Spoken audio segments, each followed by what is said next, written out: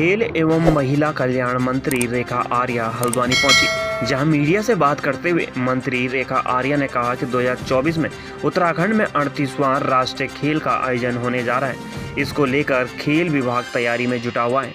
उन्होंने कहा कि हल्द्वानी, हरिद्वार और देहरादून के अंतर्राष्ट्रीय स्टेडियम में खेल कराए जाएंगे। इसके लिए खेल विभाग तैयारी में जुटा हुआ है।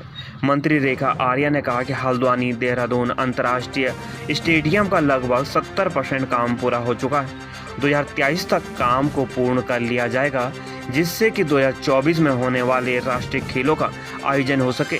कांग्रेस द्वारा आज सचिवालय कूच कर विरोध प्रदर्शन के जवाब में मंत्री रेखा आर्या ने कहा कि जिस तरह से कांग्रेस के पास कोई मुद्दा नहीं है, कांग्रेस पहले से ही भ्रष्टाचार में डूबी हुई है और कांग्रेस के करनी और कथनी में काफ़ी अंतर है। कांग्रेस को उत्तराखंड की जनता 2022 के चुनाव में जवाब दे चुकी है और आगे भी उत्तराखंड की जनता कांग्रेस को जवाब देगी। वहीं पूर्व मुख्यमंत्री तीरथ सिंह रावत, त्रिवेंद्र रावत द्वारा उत्तराखंड में हो रहे भ्रष्टाचार पर उनका बचाव करते हुए कहा कि उत्तराखंड में जीरो टॉलरेंस की सरकार है। जहां कहीं से भी कोई भ्रष्टाचार के मामले आ रहे हैं, वहां पर मुख्यमंत्री पुष्कर सिंह धामी उनके खिलाफ कार्रवाई कर रहे हैं। उत्तराखंड सरकार पूरी ईमानदारी और पारदर्शिता के साथ काम कर रही है। हल्द्वानी से दीपक अधिकारी की रिपोर्ट।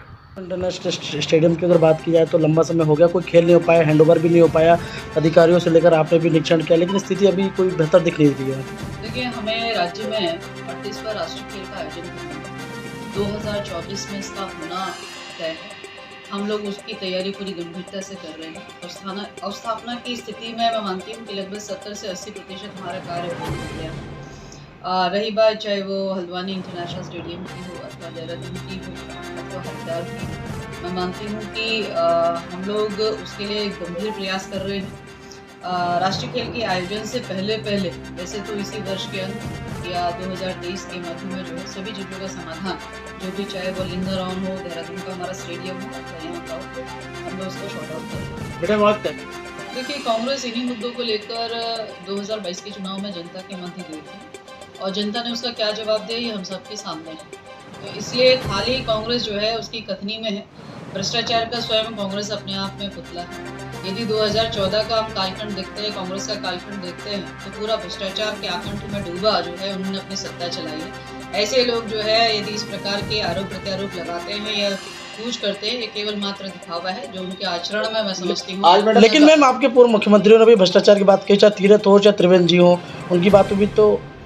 देखिए, मैं मानती हूँ कि जिनके तरफ से भी इस प्रकार की बातें आई, माननीय मुख्यमंत्री जी ने ये बात कही कि यदि उनको कहीं पे भी ऐसा प्रतीत होता है, किसी भी मामले में ऐसा प्रतीत होता है तो बताएं और उस पर निष्पक्ष जांच होगी, इस बात का उन्होंने आश्वासन दिया है। और 2017 से लेकर अभी तक मैं लगातार भारतीय जनता पार्टी की सरकार रही है और जीरो टॉलरेंस के साथ में काम किया है। और हम सब ने शायद ऐसा बिरला उदाहरण कभी नहीं देखा होगा कि हमने यदि किसी घोटाले का पता चला है, यदि युवाओं के साथ किसी प्रकार का खिलवाड़ हुआ है, तो कठोर से कठोर कार्रवाई जो है वह की गई है। यह भी उदाहरण जो है भारतीय जनता पार्टी की सरकार में देखने को मिलता है, जो स्पष्ट बताता है कि हम जीरो टॉलरेंस की नीति के साथ काम कर रहे हैं। मैडम, आज करण